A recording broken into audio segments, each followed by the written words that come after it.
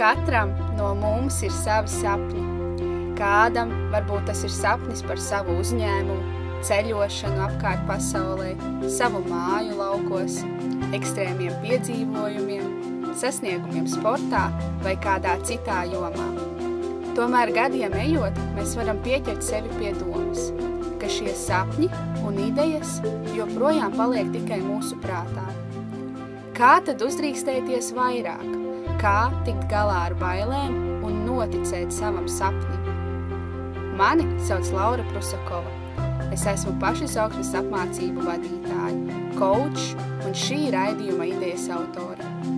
Katru nedēļu es došos ciemos pie kāda, kas savā dzīvē, neskatoties uz dažādiem izaicinājumiem un šķēršļiem, ir uzdrīkstējies vairāk.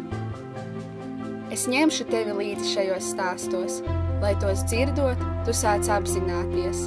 Ja viņi var, tad arī tu vari noticēt savam sapnim un šajā dzīvē uzdrīkstēties vairāk.